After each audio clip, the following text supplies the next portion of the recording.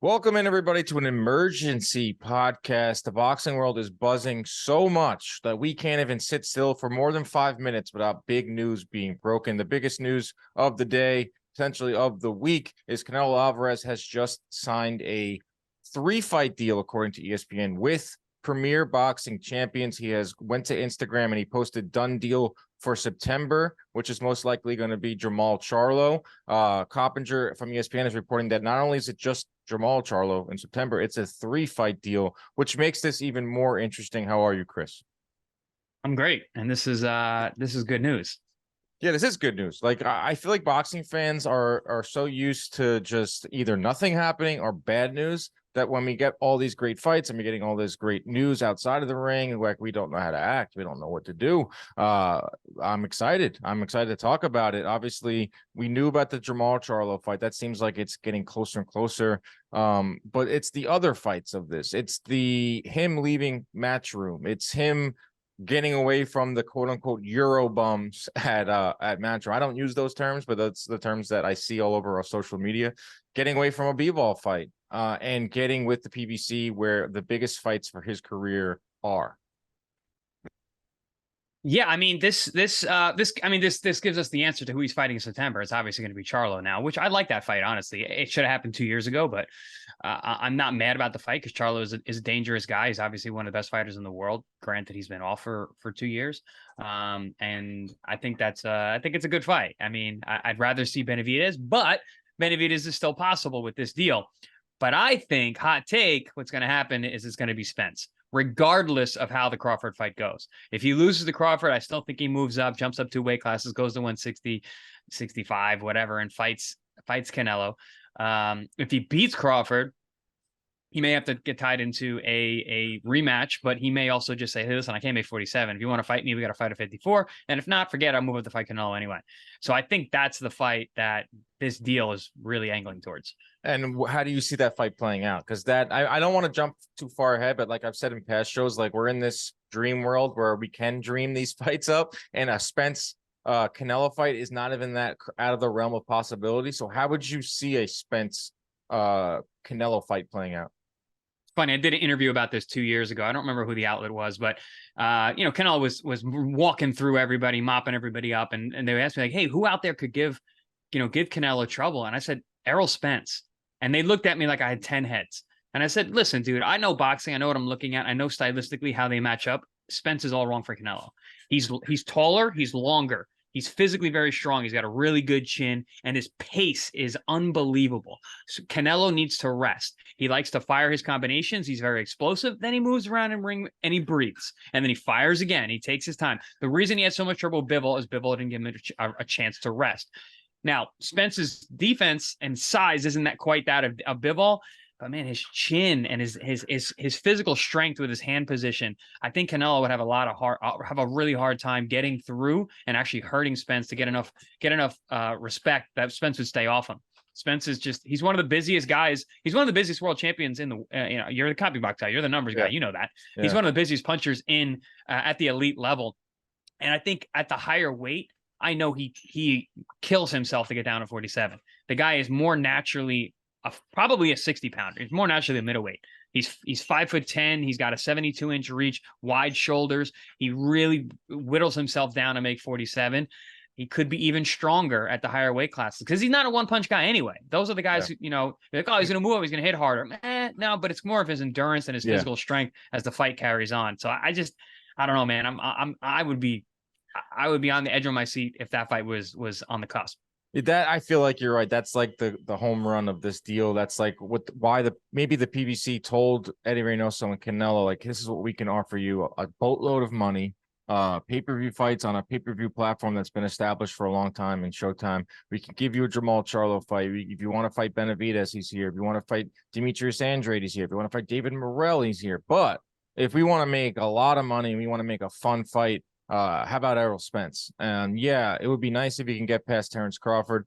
But even if he fights Crawford and it's 2 fights for Crawford and really close fights, and Spence wins one, Crawford wins one, whatever, any way you want to slice it, I still want to see Canelo versus a Spence. I still want to see Canelo in there with some of the bigger names. Granted, Canelo has to look good too. Like, we've seen him in his past couple of fights declining volume and declining power and getting hit more. Like he still has to win his fights. Like I don't think he can afford to lose as much as a Spence or in a potential fight down the line. But according to Coppinger, it is a 3-fight deal. And if you take a look at the PBC, a lot of people are talking about the downfall of the PBC, downfall of Showtime, this, that, and the other. But let's just look at the stars they have. They have Tank Davis. They have Errol Spence. Now you add in David Benavidez. You add in Canelo. You add in Charlo, Deontay Wilder, Caleb Plant, Stephen Fulton. And that's a really good stable. That's a healthy thing here in the U.S. because if you take a look around the boxing landscape, yes, there are some Matchroom USA cards, but in the U.S., it's PBC that are putting on the most consistent fight cards month in, month out. And all of those guys are on the cusp of big money fights, huge matchups, massive gates, massive pay-per-view buys, all huge fights, all guys that are going to be big earners.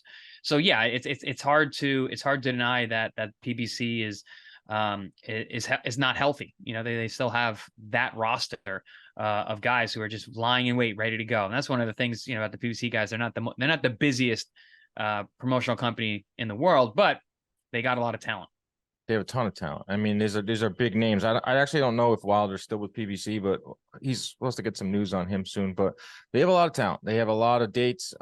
Maybe they'll add another network now to it because I feel like they had Fox for a while. They had FX. They had all these other ones. But it's pretty much just Showtime. So they have a lot of fighters, but only one network. Maybe that is why they're so inactive. But that's a whole other topic for a whole nother podcast. What does this also mean for like some of the other guys that could potentially fight? Obviously, the Spence fight is the one that we're really dreaming for. But it's obviously going to be Charlo. What happens after Charlo? Is it like we'll go by like percentage wise? Like obviously Charlo, I think is like 99%. Like the Benavidez fight is at like 75%. Like what's Andrade, like Morrell? Like what are we looking at after Charlo? I'd be surprised if Andrade got the shot based on their history. And based on the inactivity of Andrade, and just basically the interest for that fight. Benavidez, there's a ton of interest. I love that fight. That's the fight that we've talked about on air many times. I really hope we do see that fight at some point. But with this, like we're saying, it's probably most likely this really means it's going to be Charlo in September. Again, not mad at that. Good fight. I think Canelo should get by him, but you never know. And it could end up being a 2-fight deal. Who knows? But with Spence looming, I feel like Benavidez might get sidestepped once again, which is a shame because I think if anyone deserves it, I think Benavidez deserves a shot. The only way Benavidez can slip in there is there is a bilateral rematch agreement for Spence and Crawford. Like they are supposed to fight twice by the end of this year, whatever. Even if it's not the end of this year, say they fight the first quarter of 2024, that means that he could potentially wait it out, or Benavidez can get in there, and Spence will have to fight Crawford, and then Benavidez can slip in. That would be crazy. That would be Canelo really just being like, I've heard all your critics, right? That's like Canelo saying, I'm watching Inside Boxing Live every week. I'm tired of you guys doubting me. I'm gonna fight Benavidez. I'm gonna fight Charlo. I'm gonna fight Andrade, and then I'm going to fight Spence. I mean, he has it right in front of him. Canelo already has the legacy. He already has Hall of Fame status, all that. He's going for the final last. I don't know what Dude, is it? He's doing what Mexican legends do. Chavez did this. He went for De La Hoya at the end twice. Like he was nowhere near what he used to be. And De La Hoya was the guy who was on the come up. Well, no one knew how. I mean, actually, probably everyone did know how good he was going to be. But I mean, the way that he dismantled Chavez, and then Chavez went in there again. And dude, these Mexican warriors, man, this is how they are. I thought maybe Canelo was being more of a businessman, but now it seems like he's going for it. He is. Dude, he's the man. Canelo is the absolute man. He signs this deal and he takes these fights that we're talking about. He's the man. Well, he's got to. I mean, if he's doing a 3-fight deal, Benavidez got to be one of them. I mean, if he does this 3-fight deal and it's Charlo, it's Andrade, no disrespect to Andrade, and then it's Spence, I think the fans are going to be upset. But I think Benavidez got to be part of it. My wish list for it, my 3, I'm not going to put Charlo in it because we're already getting it. I want to see out of this 3-fight deal.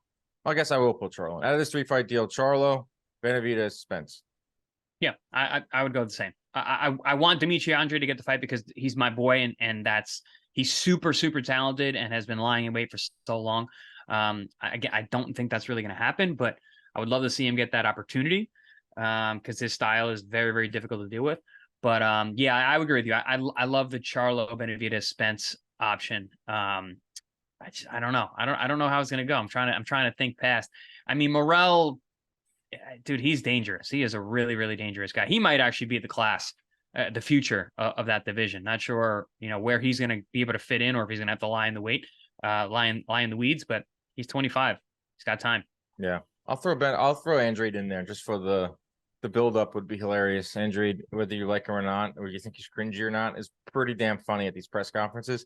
And he's got like a little history with Canelo. Does he get that? Does he get cringiness on the socials? Because I know him personally. He's hilarious and he's awesome. He's so fun. I think he's funny. Like after that one fight where he like tried to rap, or I wouldn't say he's not cringy. He's just he's willing to go out there and just say anything and everything, which a lot of fighters. But that's how he is in real life, and it's just it's very endearing. People, I guess people want to hate on him. They don't know him, but in person, he's one of the funniest, greatest guys in the sport. Yeah, so Canelo Alvarez signs a 3-fight deal with PBC. This is pretty significant news. Who do you want to see Canelo fight as part of this deal? Thank you so much for tuning in. Sound off in the comments. Ronnie will laugh at that comment, but that's where it all goes down in the comments. What is that? In honor of Canelo's big deal, I'm drinking a margarita and I'm making tacos tonight. So Viva Mexico, baby. Let's go. I was wondering what to eat tonight. I was sitting here. I wasn't planning on doing a podcast at 7 p.m. But now I'll go Mexican. I'll taco Thursday. I'll get a margarita and I will go down to Burrito Boulevard here in Astoria. Well, cheers, bud. Cheers. Salud. Everyone protect yourselves at all times. Keep your hands up. Enjoy the weekend. Viva la Mexico.